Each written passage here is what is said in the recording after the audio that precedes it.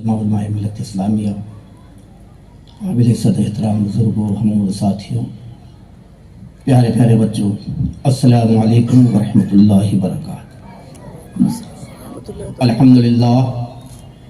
الحمدللہ الذی ہدانا سواء الطریق وجعل لنا التوفیق خیر رفیق وعلى آلہ واصحابہ اجمعین، اما بعد، فاعوذ باللہ من الشیطان الرجیم، بسم اللہ الرحمن الرحیم۔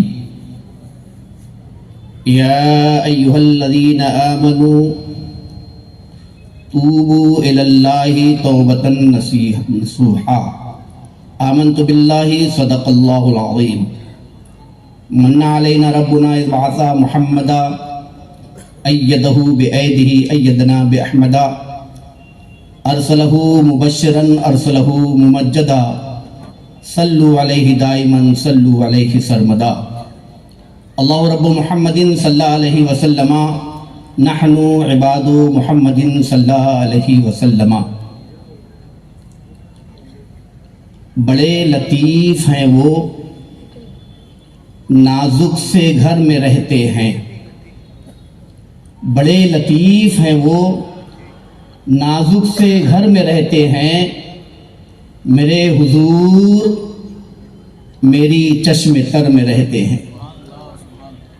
بڑے لطیف ہیں وہ، نازک سے گھر میں رہتے ہیں۔ میرے حضور میری چشم تر میں رہتے ہیں۔ ہمارے دل میں، ہمارے جگر میں رہتے ہیں۔ ہمارے دل میں، ہمارے جگر میں رہتے ہیں۔ یہ انہی کے گھر ہیں، وہ اپنے گھر میں رہتے ہیں۔ ہمارے دل میں، ہمارے جگر میں رہتے ہیں۔ یہ انہی کے گھر ہیں، وہ اپنے گھر میں رہتے ہیں۔ ان کا مقام نہ فرش زمین نہ عرش بری۔ ان کا مقام نہ فرش زمین نہ عرش بری، وہ اپنے چاہنے والوں کے گھر میں رہتے ہیں۔ وہ اپنے چاہنے والوں کے گھر میں رہتے ہیں اور خدا کے نور کو اپنی طرح سمجھتے ہیں۔ خدا کے نور کو اپنی طرح سمجھتے ہیں۔ یہ کون لوگ ہیں اور کس کے اثر میں رہتے ہیں؟ خدا کے نور کو اپنی طرح سمجھتے ہیں۔ یہ کون لوگ ہیں اور کس کے اثر میں رہتے ہیں؟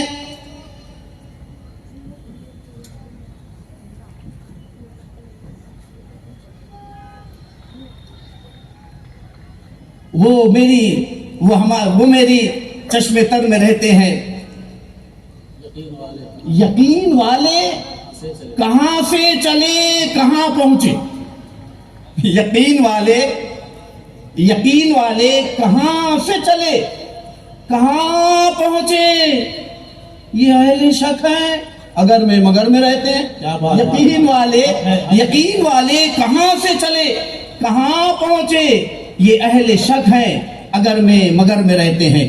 معزز حضرات، یہ اللہ کا احسان عظیم ہے کہ اللہ تعالیٰ نے ہم اور آپ کو سنی اجتماع کے ذریعے دین کی باتیں سننے اور سنانے کا موقع نصیب فرمایا۔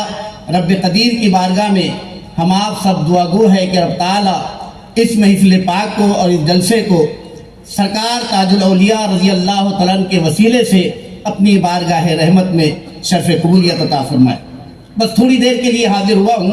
اللہ تعالیٰ فرماتا ہے کہ اے ایمان والو، میری طرف توبہ کرو جو تمہارے لیے نصیحت ہو۔ بندہ دنیا میں رہ کر کے بتقاضۂ بشریت نہ جانے کیسے گناہ کر لیتا ہے، لیکن وہ بندہ اللہ کی بارگاہ میں دنیا میں بھی سرخرو ہوتا ہے اور آخرت میں بھی سرخرو ہوتا ہے، جو اپنے گناہوں پر اشک ندامت بہا کر کے اللہ کی بارگاہ میں توبہ کر لیتا ہے۔ اس آیت کریمہ کے ضمن میں خلیفہ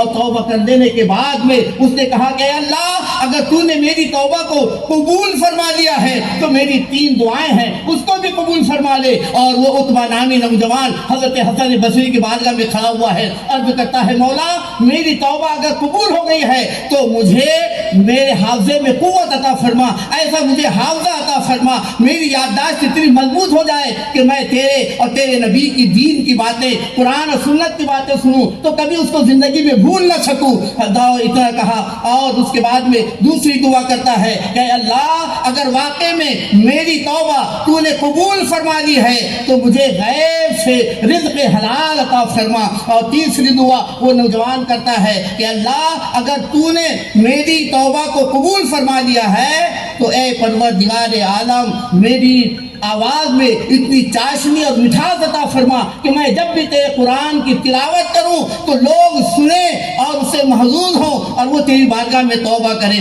پیارے دینی بھائیوں، حضرت سیدنا شیخ حسن بصری رضی اللہ تعالی عنہ فرماتے ہیں کہ اس نے یہ تینوں دعائیں کی، اللہ نے اس کی توبہ کے صدقے میں اس کی تینوں دعاؤں کو بھی قبول فرما دیا. اور اس کے بعد میں اس نوجوان کا عالم یہ ہوا کہ اس کی پوری زندگی طاعت و عبادت میں، تقوی پرہیزگاری میں، نماز و روزہ میں، حج و زکوٰۃ میں، حقوق اللہ حقوق العباد میں، ذکر اللہ اور فکر اللہ میں گزرتی چلی گئی. اور لوگوں نے اپنی زندگی میں اس کو اپنے ماتھے کی نگاہوں سے دیکھا کہ اس کا حافظہ اتنا قوی اور مضبوط ہو گیا تھا کہ وہ زندگی میں جہاں پر بھی جس سے بھی دین کی باتیں سنتا وہ پوری زندگی ہو بہو یاد رکھتا اور لوگوں کو سنا دیتا. اس کے بعد میں اس کی دوسری دعا کا اثر یہ ہوا کہ وہ جس مقام پر بیٹھ کر کے تلاوت قرآن عظیم شروع کر دیتا تھا لوگ آ کر کے جھٹ کے جھنڈ اس کے اگل بغل میں کھڑے ہو جاتے تھے اور تلاوت قرآن کو سن کر کے اتنے متاثر ہوتے کہ وہ خود اپنے گناہوں سے توبہ کر کے تائب بن کر کے اللہ کے نیک بندوں میں شامل ہو جاتے.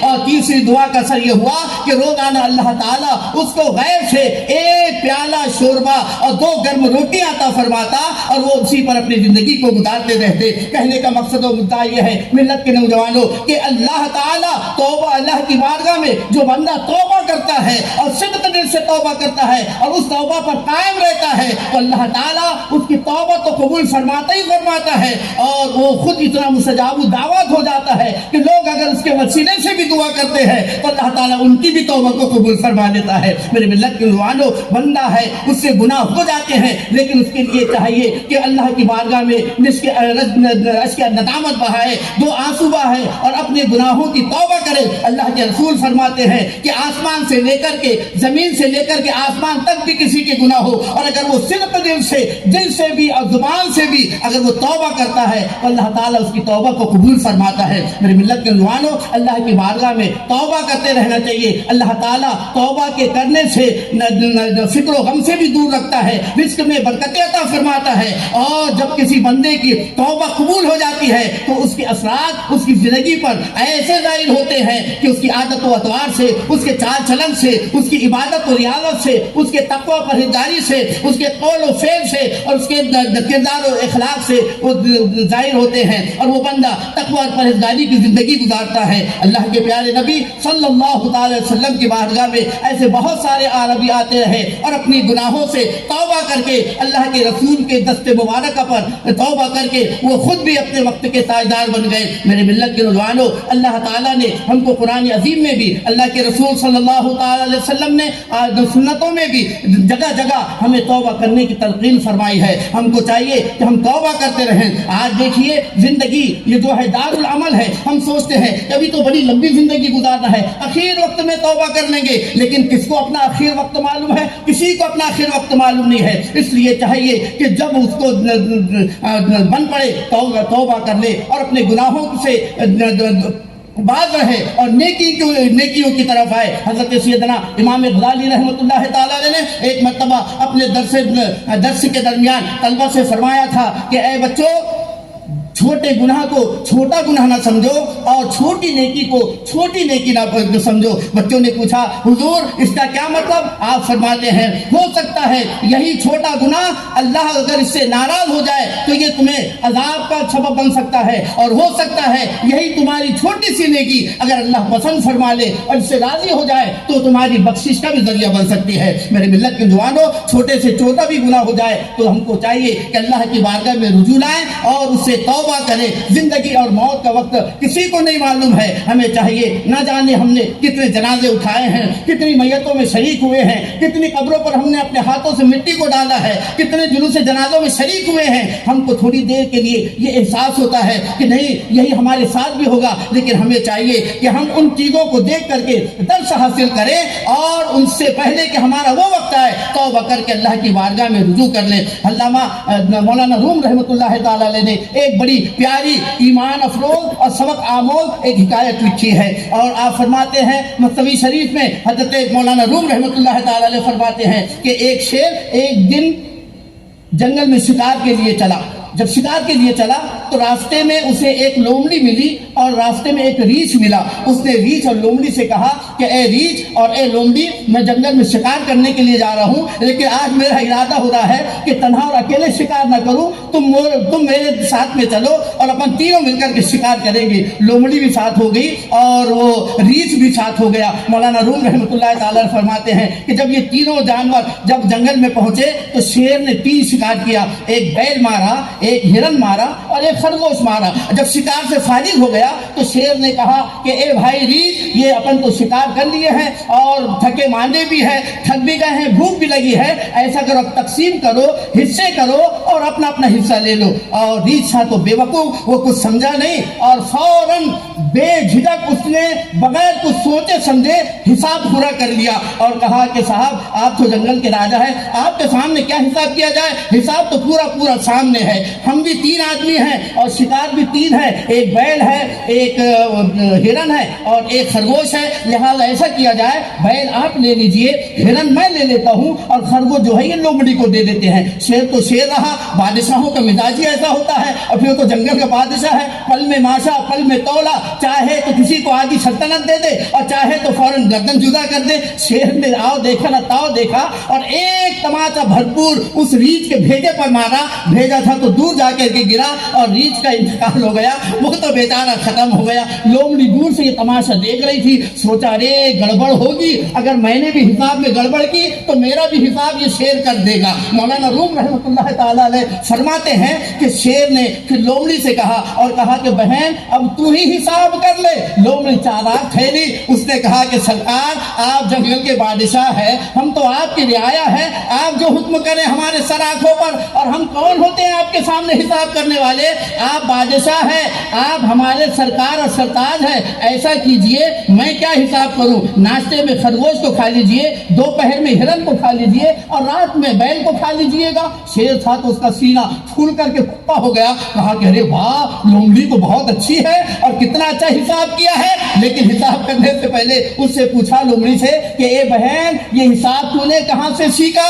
لومڑی نے کہا سرکار جب میں نے دیکھا کہ ایک ہی تماچے نے آپ کے ایک جھاپڑ نے ریچھ کا حساب کر دیا تو میں نے حساب کو حساب سے بٹھا لیا اور یہ حساب آپ کے سامنے رکھ دیا۔ مولانا روم رحمۃ اللہ تعالیٰ علیہ اس حکایت کے لکھنے کے بعد میں بطور درس فرماتے ہیں کہ اے لوگوں جب بھی ایسے معاملات ہو تو اپنے مستقبل کو سامنے رکھو اور سوچ سمجھ کر کے کام کیا کرو۔ میرے ملت کے نوجوانوں آج دیکھیے ہم یہ سوچتے ہیں، جوان سوچتا ہے کہ ابھی اور بڑے ہونا ہے، بڑے میاں سوچتے ہیں کہ اور بھی بڑے میاں ہونا ہے، بچے تو سوچتے ہیں بڑے میاں ہونا ہے، اس لیے یہ نہ سوچے جو وقت ہمارے سامنے ہے اللہ کی بارگاہ میں توبہ کرے، اور جو بندہ توبہ کرتے رہتا ہے تو اللہ تعالیٰ اس کو دنیا میں بھی سرخرو رکھتا ہے اور آخرت میں بھی سرخرو رکھتا ہے، اور پھر اس کی توبہ کی برکتیں یہ ظاہر ہوتی ہے کہ وہ جس کے لیے جو دعا کر دیتا ہے اللہ تعالیٰ اس توبہ کرنے والے پھر متقی پرہیزگار بن جانے والے کے زبان کی لاج رکھ کر کے اللہ دوسروں کی بھی توبہ کو قبول فرما لیتا ہے۔ اللہ کا قرآن فرماتا ہے ایمان والو